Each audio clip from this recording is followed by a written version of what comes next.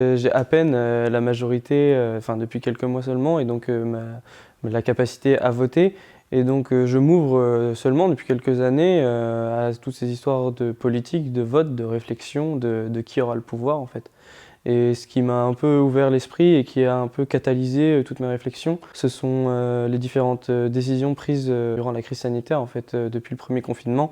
Décisions qui se succèdent et qui sont de plus en plus incompréhensibles dans un univers législatif de plus en plus liberticide aussi, où on est dans un état qui devient presque policier. La récente validation de la loi sécurité globale qui donne encore plus d'impunité aux forces de police et qui diabolise encore une fois de plus le manifestant. Moi, c'est ce qui me pousse à vouloir changer les règles du jeu un petit peu, le système de qui aura le pouvoir. Et le vote blanc apparaît comme une solution.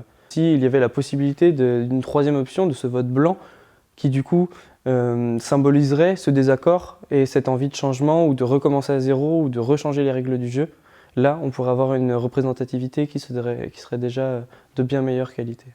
En tant que jeune homme, jeune étudiant qui est normalement dans une phase de sa vie où il découvre, on est dans une phase de construction, donc moi je me sens pleinement impacté par la situation, par toutes ces mesures qui nous brident. C'est ma première année d'études, en fait je sors du bac, donc c'est en ça aussi que je me sens, on se sent bafoué, on se sent nié, et ça mène à un sentiment de révolte en fait, de révolte constructif. On a envie que ça change.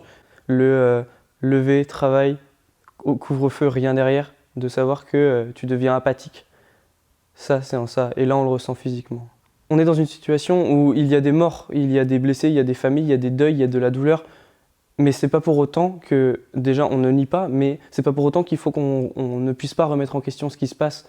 Ça va à l'encontre de tout ce qu'on devrait pouvoir faire en tant que citoyen de notre pays.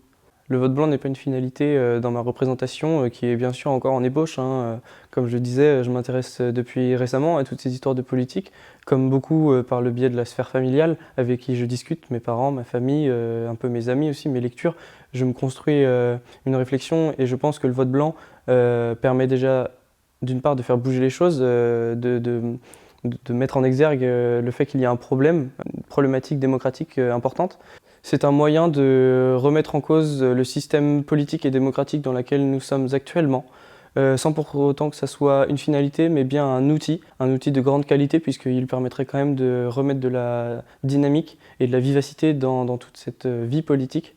Et ensuite, pourquoi pas changer le monde, changer la démocratie, la réfléchir autrement.